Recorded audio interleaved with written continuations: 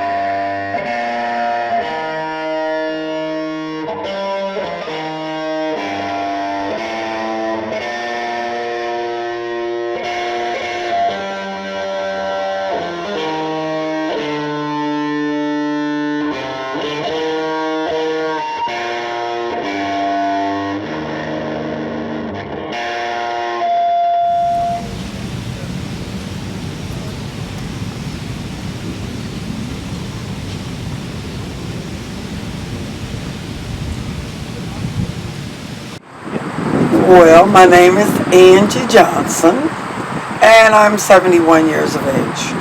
We moved to this area when I was about 9 years old, back 1951 or 52, something like that. Yeah. There was a house on each lot. There was a playground at the south end of the street. Just a nice working class mixed neighborhood.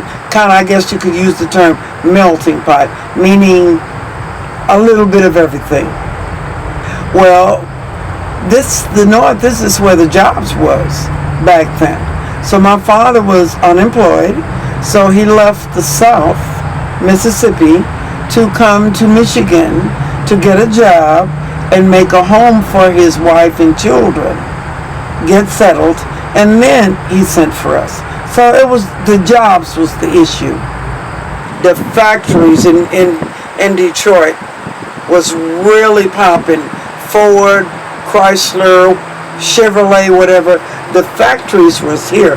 This is where the jobs was. And people migrated from south north in order to seek better employment, better educations for their children, better living. This is where they came. Okay, are you coming back soon? Yeah. I mean back through here. Yeah, in a minute once I go get my clothes. Okay, go get your stuff. I was in my 20s, and I remember I was young. I just felt like the world was coming to an end. To see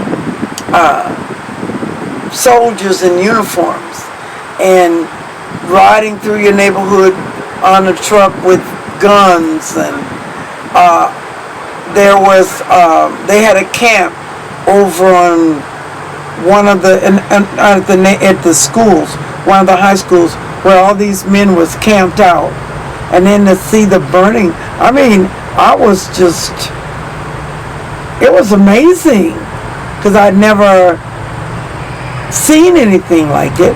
The most I've ever done was maybe, you read the history books the way things used to be, but to actually see that, for me, it was amazing. Just blew me right out of the water. I'd never seen that.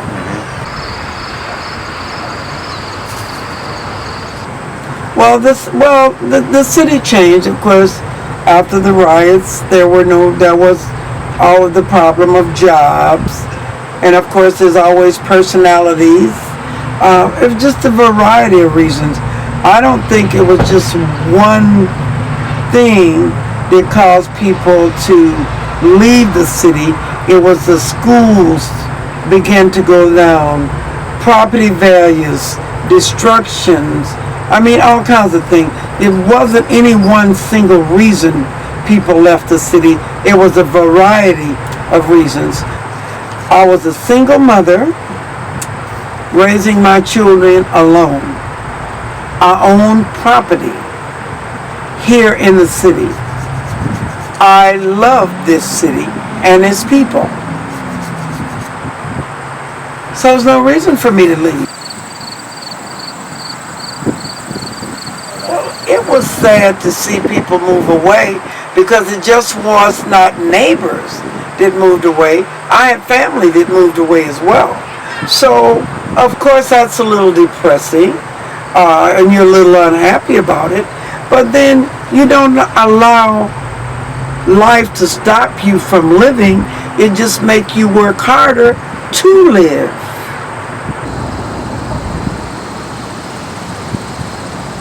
But you got to have pride in picking up the areas in which I've cleaned up around here. I didn't necessarily own them.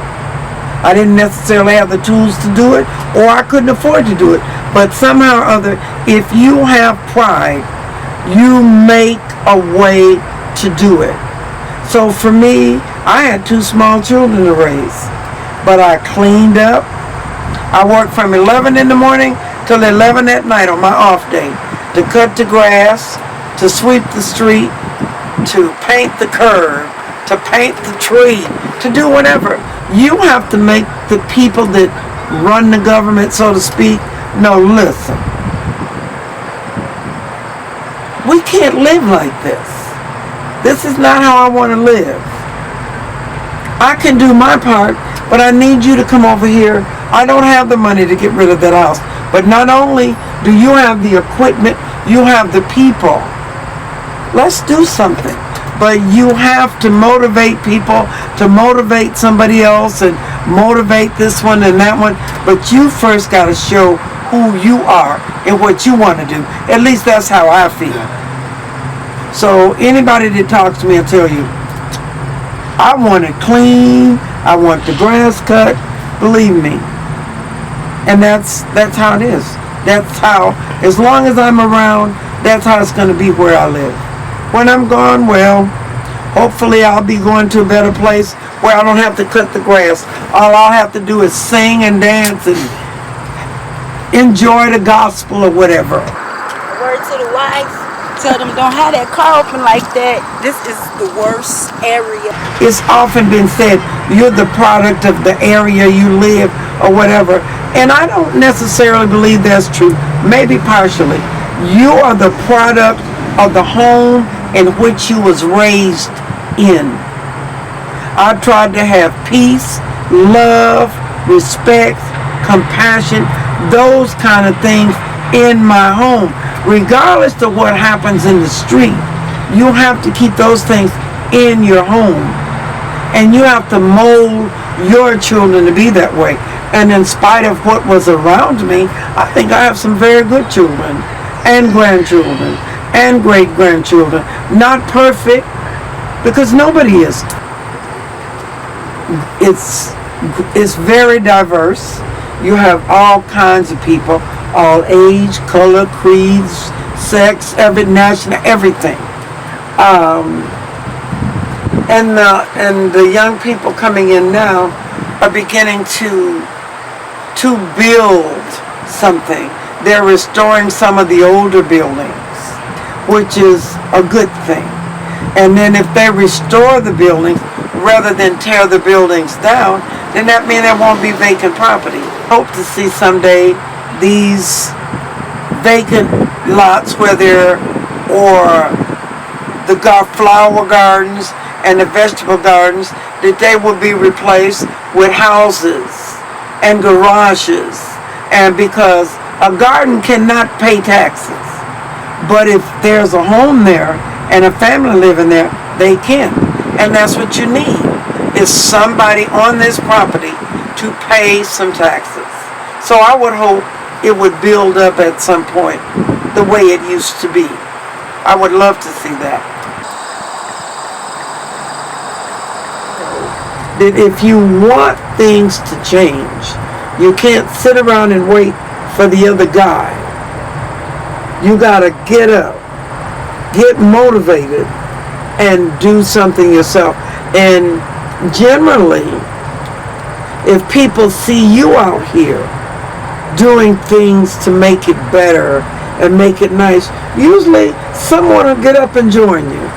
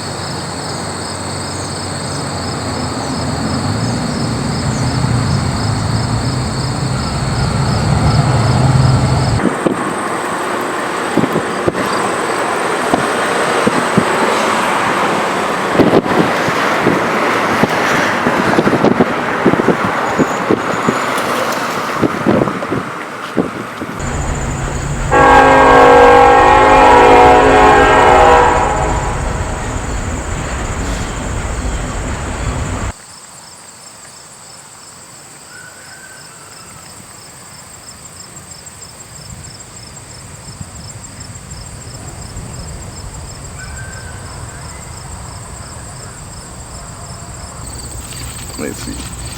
Where's the baby ones?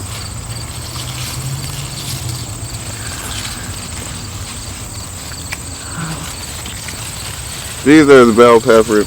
There are sweet peppers also behind them, like this one right here. You guys gonna take all this stuff with you. And cherries and garden peaches and green zebra. Beautiful.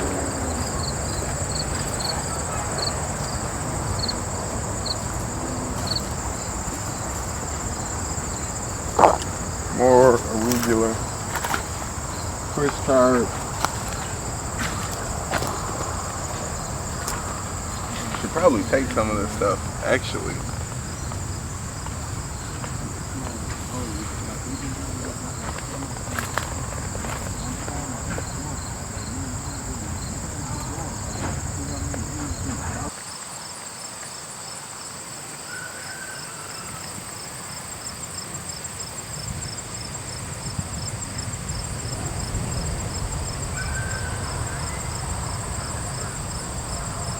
This is just like a place that people can come if you have money, right? It's no different than like people, American people who go to Mexico and say, oh, I can go to Mexico and live like a king, like off of such and such amount of money. Detroit is like exactly the same thing right now. You know, you can just come here, you can buy like a whole block of land and do whatever you want to do with it, you know, because they're just giving stuff away.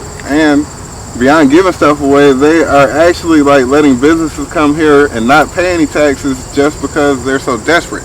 You know, desperate to create jobs for the citizens and desperate to create revenue, you know, for themselves. When it all, to me, if you occupy yourself, you're not concerned with any of that. I don't care what they do downtown. I don't care what they do in Washington or anywhere else, you know, because this is all I care about over here.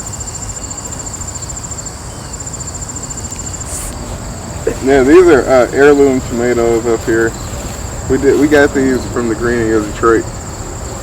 I think the big thing about me and the Greening is that I intended to, you know, do this before I knew about the Greening, you know. And most people, they'll learn about the Greening and then do it. So they'll be doing it based on what the Greening can give them, you know. But, you know, most of the stuff planted here, you know, we got ourselves.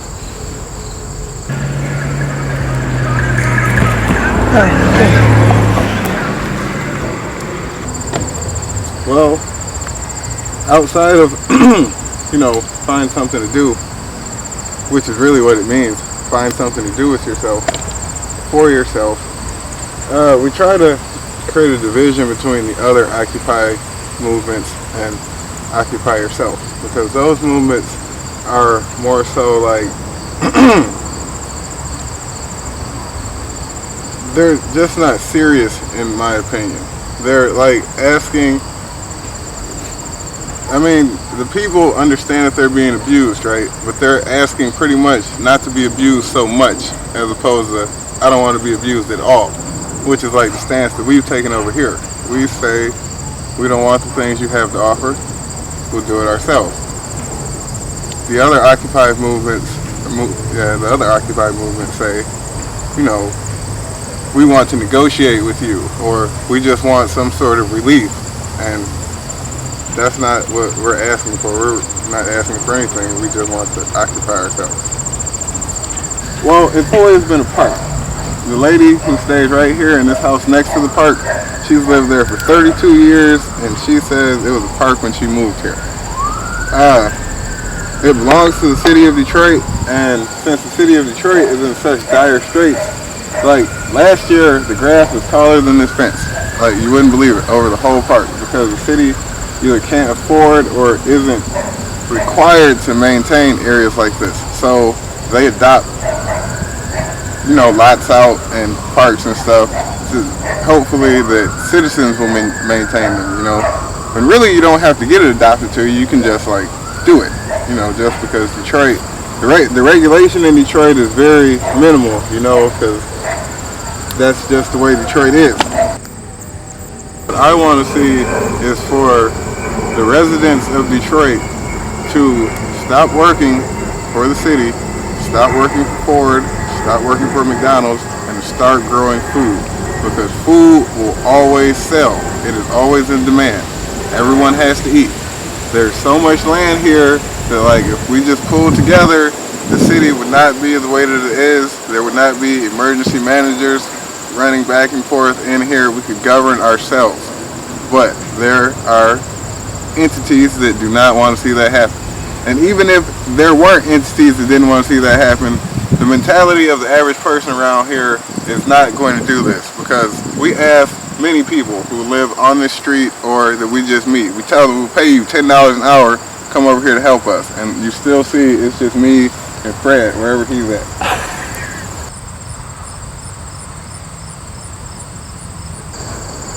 I don't feel like the people who live here are being encouraged to farm urbanly. I feel like there are foreign people coming in who are farming urbanly.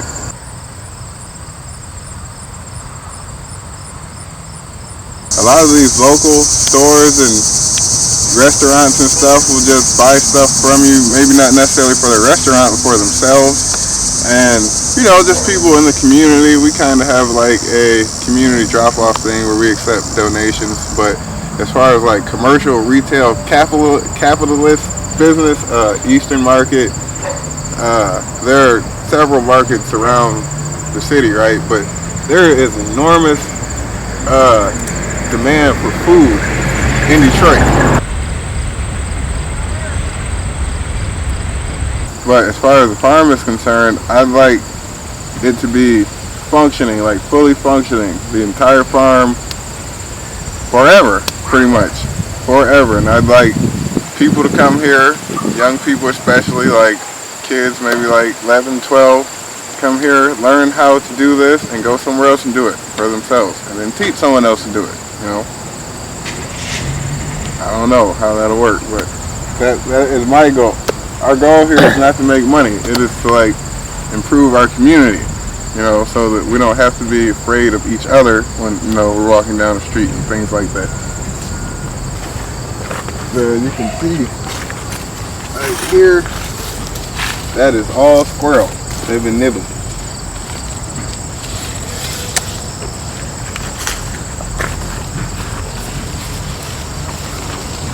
And like, they've been nibbling.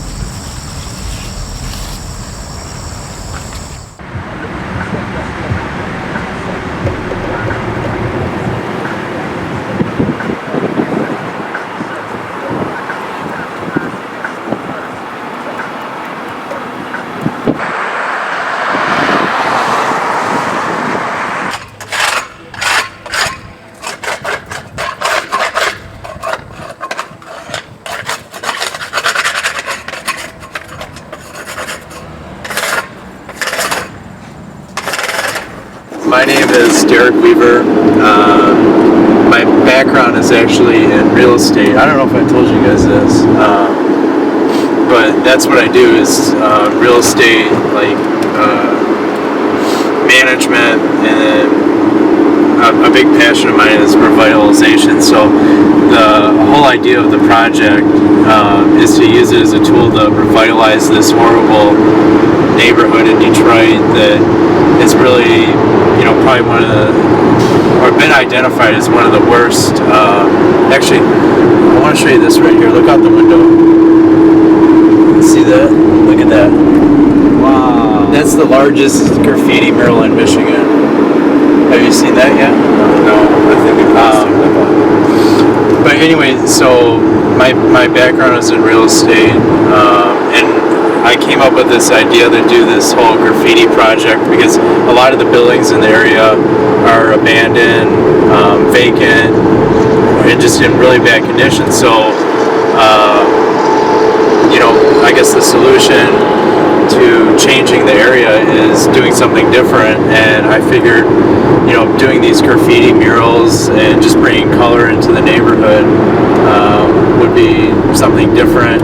A lot of the people that live in the neighborhood, work in the neighborhood, have been really supportive of it and are enjoying it. It's bringing people that normally don't come to that neighborhood to come to the neighborhood and kind of turning it into a tourist attraction. What's interesting about this neighborhood and why I guess I was kind of inspired to do this project is a couple big news media, I guess, companies came out with an article about a year and a half ago. I think one of them was CNN and Forbes magazine. They did this thing where they identified 15 of the cheapest, poorest, and highest crime neighborhoods in the entire United States. And this particular neighborhood where the project is taking place was on the list.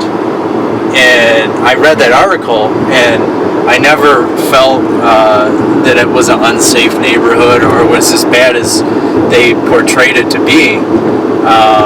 But I said, hey, basically it stuck in the back of my mind for a few months, and one day I was like, hey, I gotta do something about this. So we have to change the way that people look at this area. They look at it as this horrible place. So let's change it, and that's kind of what this project is about, is changing the way that people view the neighborhood. Because normally you just drive up and down the street and see all these burned down, falling down buildings and no one in the neighborhood, the grass growing up through the sidewalk. But now it's starting to look a little bit different, and it was actually interesting. I went to the Tigers game last night, and I met a gentleman there that grew up in that neighborhood,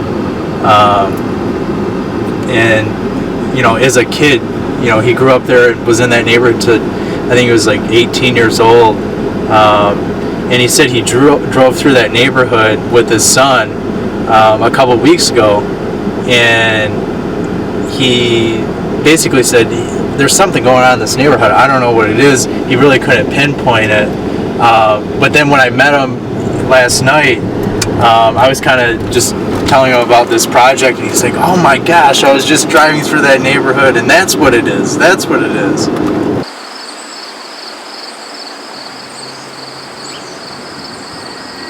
I guess what makes Detroit attractive to a lot of young people is the cost of living is so low compared to, just for example, if you're like a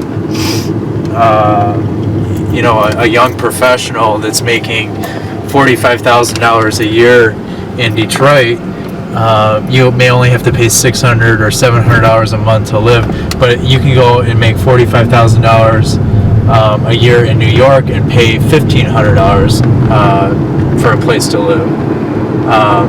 So I definitely see that may be one challenge in the years to come, is the cost of living may start rising. But it's still going to be cheaper than Chicago. It's going to still be cheaper than New York or Miami or any type of, LA, any type of big urban city. I think that Detroit for a long time will be, an urban city where it's always, I I guess, inexpensive to live. I mean, you can go and buy a home, a nice loft or a house in Metro Detroit for $50,000 or $60,000. That same square footage in another city may be $300,000 or $400,000, and you have to work another 10 or 15 years in your career to be able to afford that. So the opportunity is, if you're, let's say you're 25 years old and you can buy a condo for $50,000 or $60,000, you can have that paid off by the time you're 40 years old and not have a mortgage. And most 40-year-olds in the United States have mortgages and that type of debt. But we're pulling up to this graffiti mural.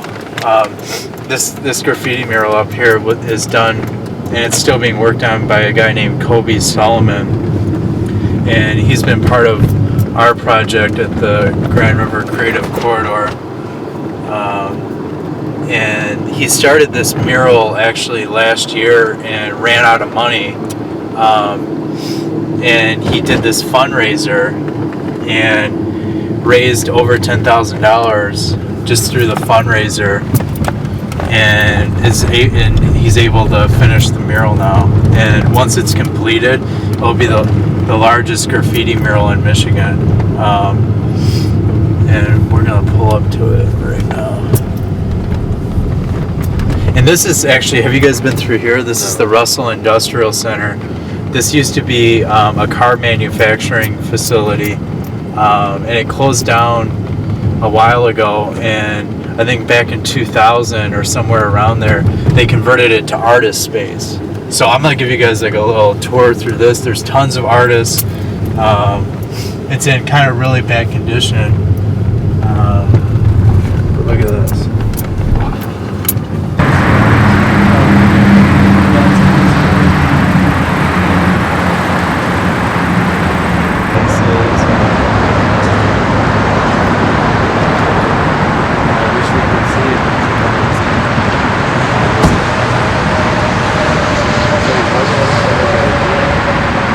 People normally associate graffiti with bad, just like they've associated this this neighborhood is bad.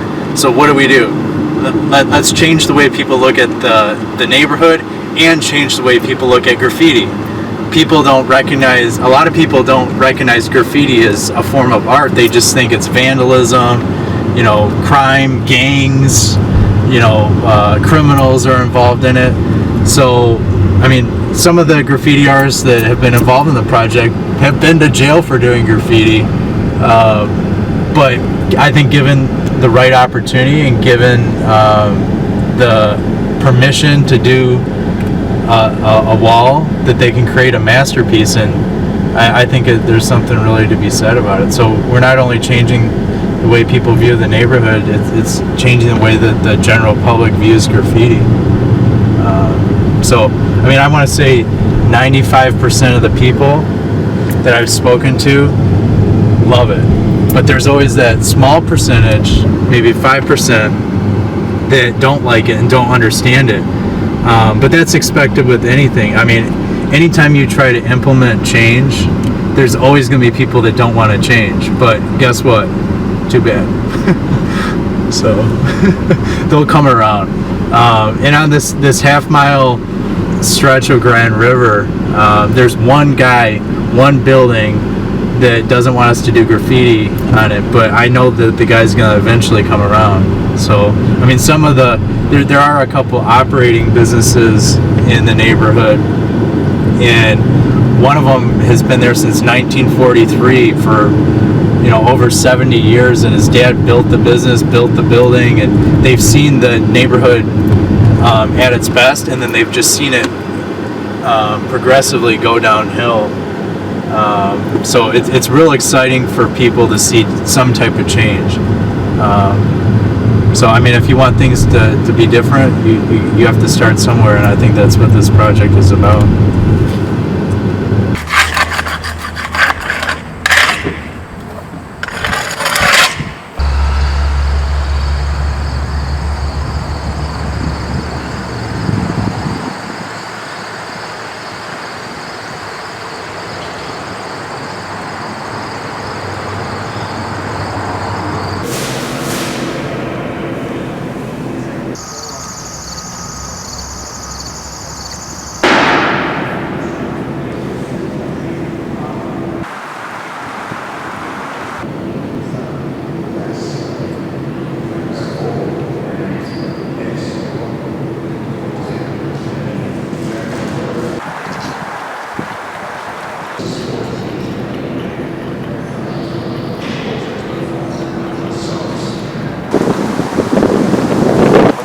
plant closed in 1955. From 1955 to about 1980, it's broken into, there's a supermarket, there's like a Hudson's, a King's department store. It gets divided into a lot of different factories, smaller factories. And then eventually the mayor says, I'm gonna tear it down. So he pushes everybody out, and then after that point it starts becoming a place for rave parties, which you all know about, right? Or you heard about. You might even be younger than rave parties, I don't know. My name is Rich Feldman. I'm 63 years old. I don't have a profession. What I do is a tremendous amount of community, political, visionary organizing. I have spent the last 40 years working with James and Grace Lee Boggs, and I also work as a UAW member in Detroit.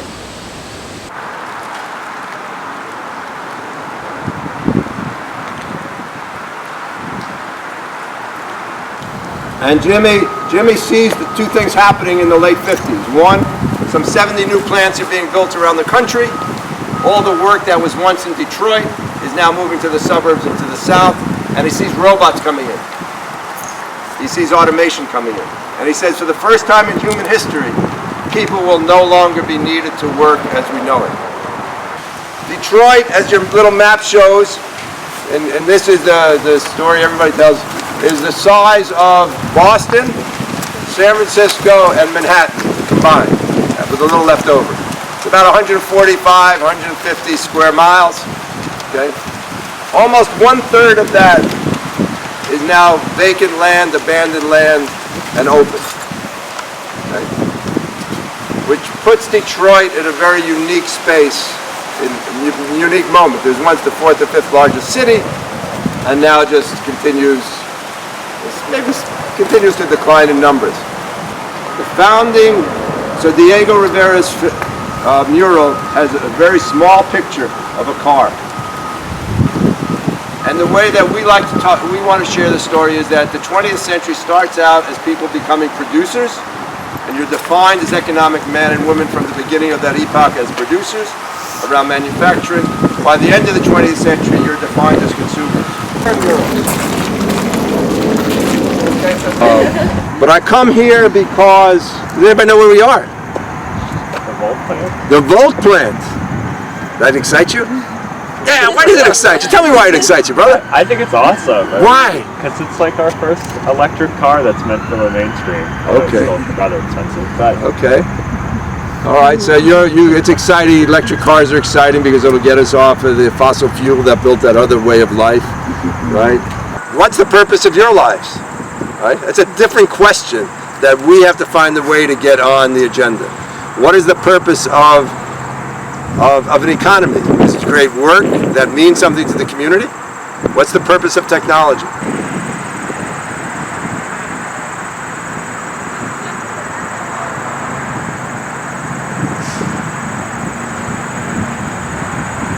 The Boggs Center was created after James Boggs died in 1993.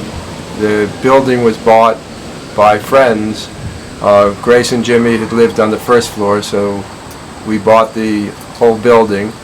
And it's become a place to keep the ideas and struggles and conversations and practice and dialogue and writings of Jimmy and Grace Boggs alive, and also to become a safe place for every new generation of activists to ask questions about their thinking, their philosophy, their ideology, their practice. So it's become a place where we have conversations on freedom schooling, where we have conversations on new work, where we have conversations on creating peace zones for life, arts and activism, and the questions of what does it mean to be a human being, and how do we continue the revolutionary tradition, revolutionary thought that's so necessary for this time in human history. That's the complication. Right, One of their complications. that's one of the right? complications. So I told them they can go to Cuba where it's free, but they decided to go to U of M. What's that? And then we have to live more simply so other people can simply live. That we learn from Martin Luther King's last few years of writings, that we have to struggle against racism, materialism, and militarism, and that we have to define ourselves as new citizens rather than as producers or consumers. And so my hope for the rest of the world is that they see that that's the struggle we're going through in Detroit, as are people in Egypt, in Greece, in Tunisia, and all over the world, as we enter this continue this moment of struggle when the planet is facing its limitations. So we can't evade these questions anymore, and Detroit knows that, and I guess the motto of Detroit, because it's such a city influenced by the ideas and people who came from the South, particularly African Americans, the phrase was always, how do you make a way out of no way? And the people of Detroit have made a way out of no way, as they've created 1,600 community gardens, new concepts and new practices for community-based, place-based education, and so forth.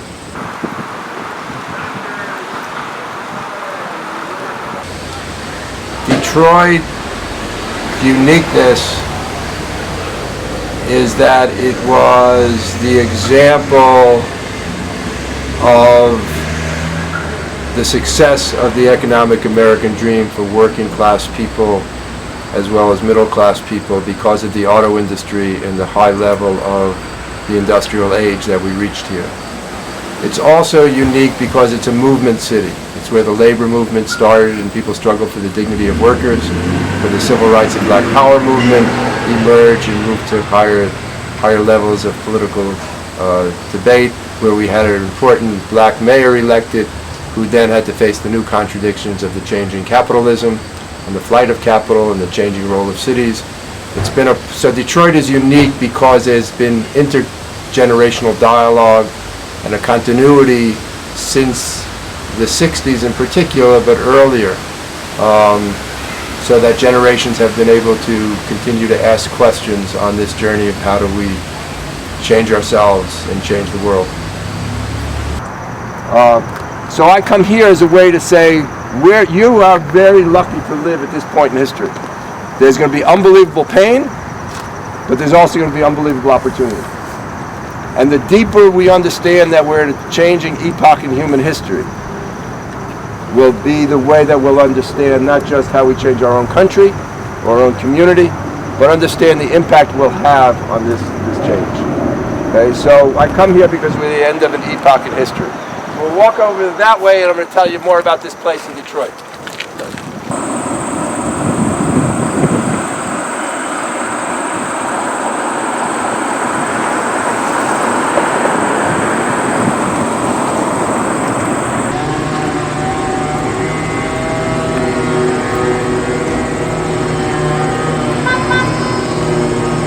Hi, I'm Katie. I'm 28 years old.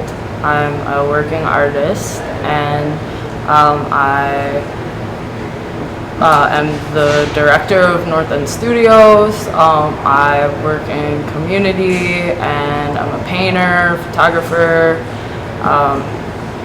Yeah. Okay, so North End Studios, we're a group of artists, a collective of artists that originally started on the Boulevard in Detroit, East Grand Boulevard, and from there we've now moved over here to like Lorraine Street, and we offer affordable studio space for artists and membership for artists, opportunities, gallery space, musical performance opportunities, things like that.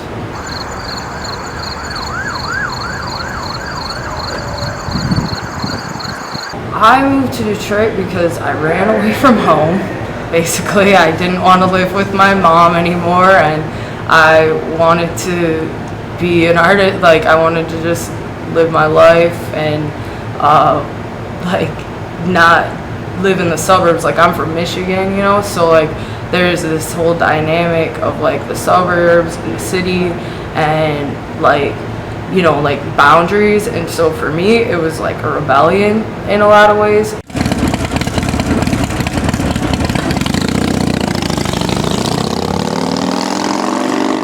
A lot of freedom, I think, in the city. Like, there's a sense of lawlessness in a way. So there's opportunity for artists to experiment and kind of go outside of like what they might consider to be like even comfortable in their own work, you know, so you can take a lot of risks here. And I think that, you know, because there's not really an economic, you know, like capital here for art, that gives you a lot of freedom as well, because it allows you to just make art for like the sake of it and to do it, and because you know, want to, or because it relates to other people that are in that same sort of you know, like realm of thinking or wave or whatever.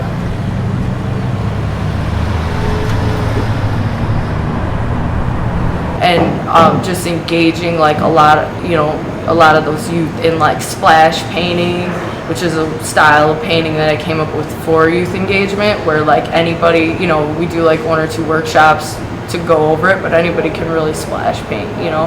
So it's really fun. Like even if you're not an artist kid or into art, you can still like kind of, well, it's like, you know, we paint, like we wash a wall out with a fade and then like fill bottles up and just splash paint and roll paint up. That sort of stuff too. It's like youth engaged, like young people participate, and then they see their work, you know, their hands in their surroundings. They see themselves in their surroundings, and that's like a really powerful thing. And I'm into, and just like trying to find locations and sites that can really like stand out in this sort of post-industrial like environment.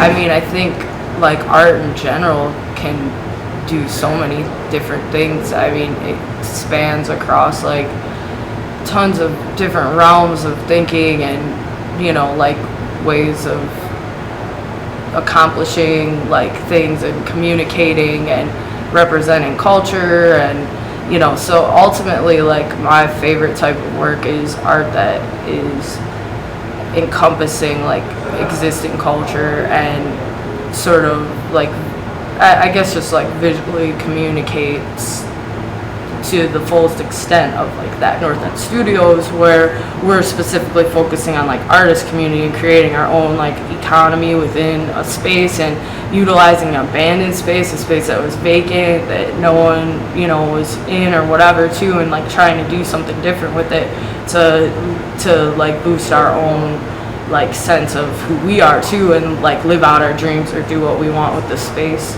Our last space, we were in there, we took over the building, fixed it all up, made it awesome, had all these events, made it super popular, and then somebody came and bought it, you know, like, and gentrified us. And then we're homeless, and we're the ones who even, they straight up told me, like, we knew about this because of the work you were doing, you know? So it's like, okay, well, like stuff like that, like we have an affordable studio here, but then like what happens once this place is like known and we're popular again, and then they can just raise the rent on us, like, you know. So I think it's just like dealing with like concepts and trying to figure out like where you can move them and like how you can work your art and just stay underground as much as possible.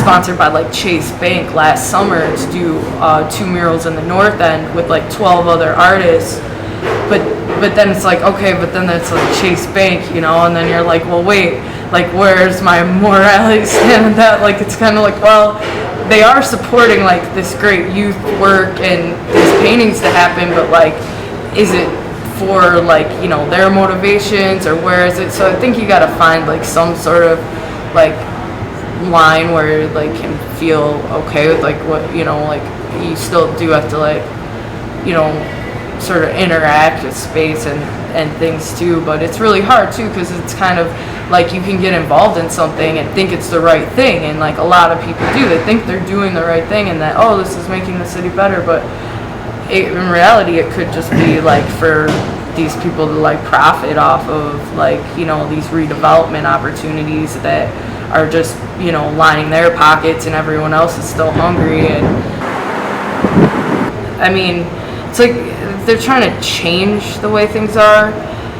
I'm more along the lines of embracing the way things are and just like living and existing amongst everyone is, you know, like this is where I'm from and I love this place. Like pretty much grew up like in the middle of a race riot and like all these like dynamics, you know, like I'm really intrigued by that as an artist and like as a person that just lives here too. And I think a lot of people see the city right now, like all these opportunities and, oh, you know, you can get in on this, and they think they're like doing the right thing, like that's like they've convinced themselves that like, oh, well, gentrify, you know, like making this better, right, or whatever. But it necessarily doesn't make anything better, you know, it just actually causes more conflict amongst like the existing cultures, existing people. You know, a lot of people in the city like live and deal with poverty on a daily basis, whether you're like personally it's in your life or you see it every day, you know.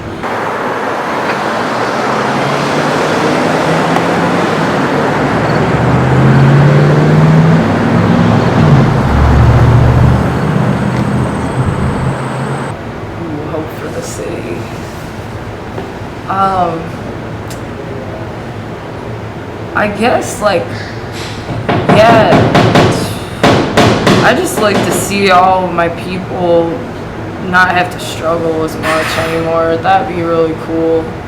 And everybody to just like live good quality healthy lives and be able to do it affordably and not have to leave, and just like that I don't know, I guess I'm kind of like nostalgic in a way, like I want to hold on to a lot, but life's just very fleeting and it's like changes, you know, all the time, constantly.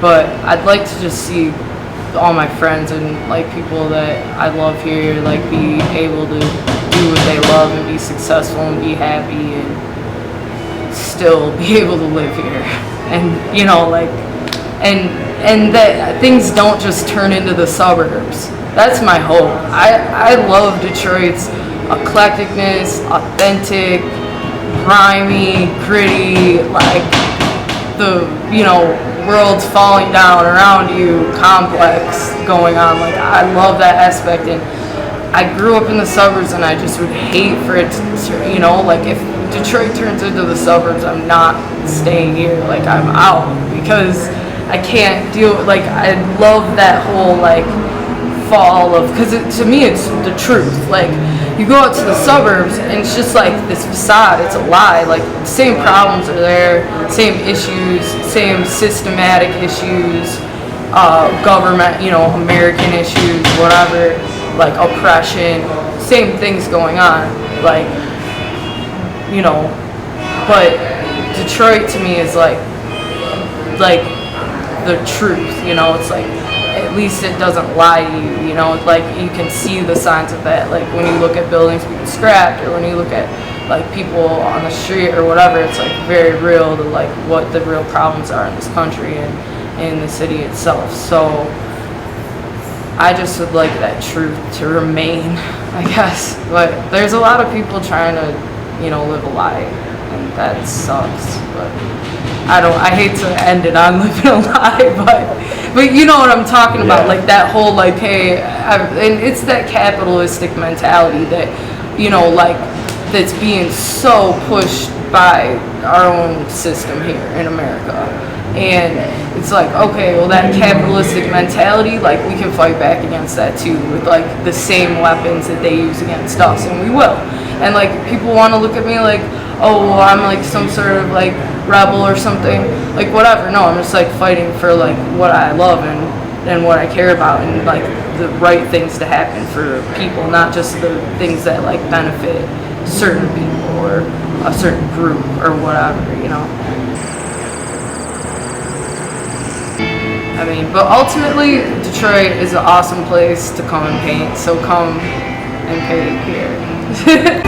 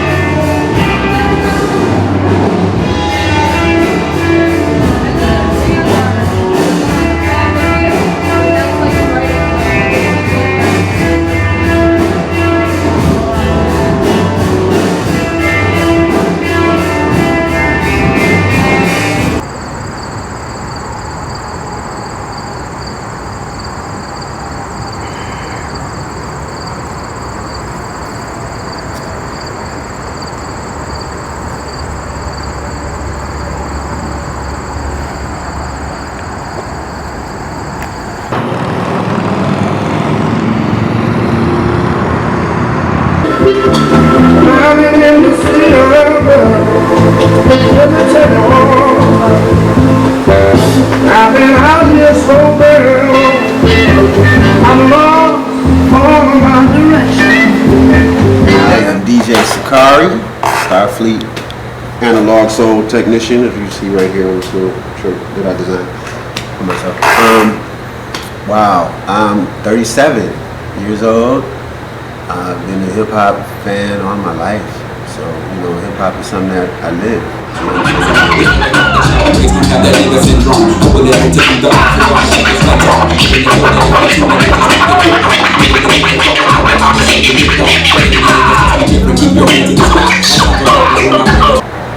Right now, I currently am the proprietor of a hip hop art gallery here in Detroit. It is the home of, you know, Detroit, you know, hip hop artistic expression, merging visual art and live music performance. We embrace all elements of hip hop, and the reason we say 5 elements is we include knowledge. We think that knowledge is an element in hip hop that you have to have, especially if you want to master any of the other 4 basic elements. You have to know everything about, you know the techniques. You have to know exactly that. So I include knowledge as an all-encompassing 5th element, and so we call ourselves 5E Gallery. It was really hard in Detroit to find places that would embrace, you know, local Detroit hip hop. I found it necessary to open my own space. I said, hey, why don't I just stop going around and trying to convince all these bars and clubs to actually embrace this music that people love all around the world, you know, and play it, and I'll just open my own space that values that. And so, in 2007, we found a little spot, you know, in Corktown, and it was an abandoned liquor store. Had been not abandoned, it was owned. It had been closed for about maybe 15 years. It had been a long time. And you know, I got with a couple of people and we renovated it, and we put a gallery in the space. Decided to open a gallery instead of another bar or another club, so that way I can do community work as well, and you know, help build bridges in the arts and the music communities. They used to be very separate, you know, and so had the graph artists come and, you know, do giant murals on the wall. Some of them are still there. That spot is actually right down the street. And, you know, it just kind of brought a lot of diversity and a lot of attention to this area, you know, as Detroit was going through the big, you know, real estate crisis, low economy here. So, you know, it was just something positive for people to do and something great. We got a great reception from the community. A lot of people came. And so, as that spot gained popularity, I didn't own the spot. I was just leasing the spot. And, you know, people wanted to buy it. And more people came to buy it, and it got out of my price range to keep it. You know, it actually sold for about $250,000 at a time when there were no buildings around here that were at that. It was at that time when, like, you could buy a house for $5,000. You know what I'm saying? Like, so that much popularity for that spot. And so we actually found the spot that we're in today, which is only 5 blocks away, and we bought this spot for $80,000 to show you the difference in the scale.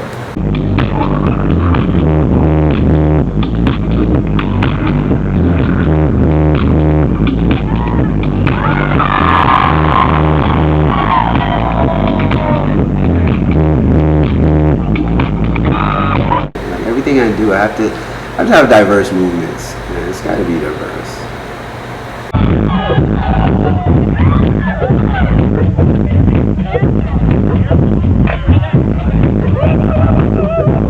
So my hope for the city would be that the people here wouldn't abandon the city, thinking that, oh, it's all abandoned and the buildings are nothing and it looks like a war zone, and that's the propaganda that's out about Detroit. My hope for the city would be that the people here would recognize its value and invest themselves in helping to build the city up as the city is building. You know what I'm saying? The city is now, it's hit rock bottom, can't go any further. The pendulum swings both ways. It's starting to swing backwards, and you know, I hope that the people that are here would actually value that and help to build the city up. Take an old building and restore it and give it a purpose that's greater than just being another building. You know what I'm saying? But hard to be proud of, but you can't rep your damn hood if you ain't even repping your band. good or bad is relative. Like in my opinion, I could say this is good and this is bad and this is good, but at the end of the day, it's just my opinion. I will say that change is necessary, and it is happening. And I love the spotlight on artistic creativity right now. Like I love pop-up outdoor galleries, and I love how I see burners, I see pieces everywhere. I'm like, oh man, there's another piece. Oh wow, there's another piece. Oh wow, there's another piece. And people from, around the country are coming in and doing pieces, and people from, I love it. I love to see that. But I also know that usually or historically when that happens, that is happening as early re-gentrification efforts. So it can be a bittersweet. It can be like, yeah, they made the place cool, and then people come in and buy up all the place and run all the people in the community out. Raise property values, run the people out. Those things, it happens. So it's just, it's a bittersweet. People come together for the time of need. If your heads together, I know we defeat.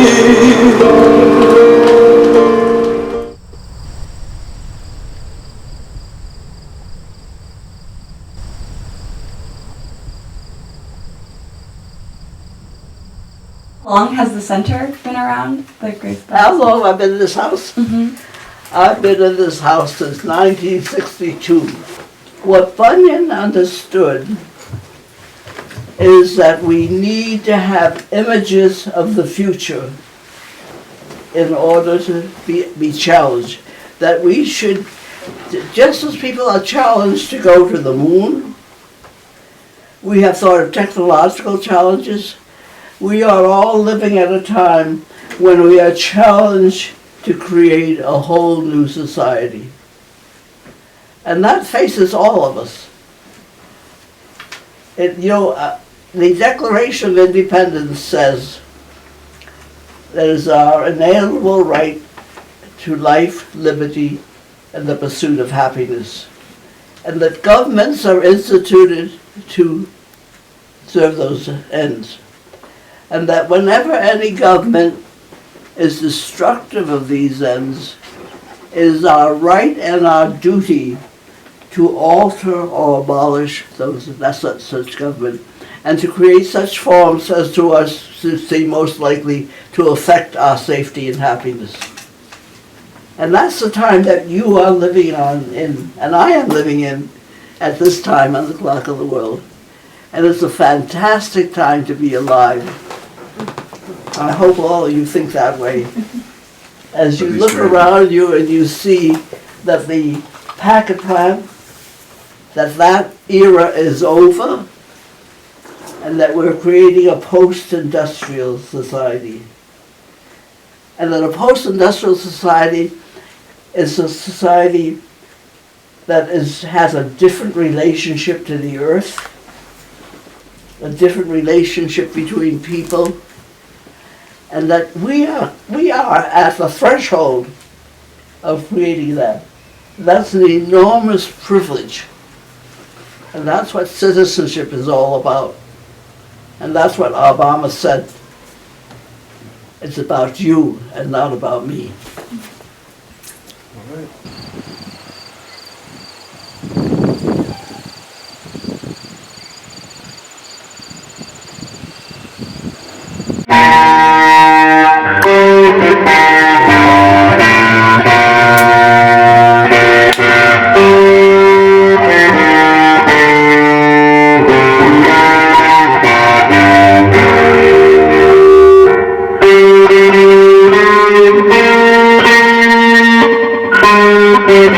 Thank you.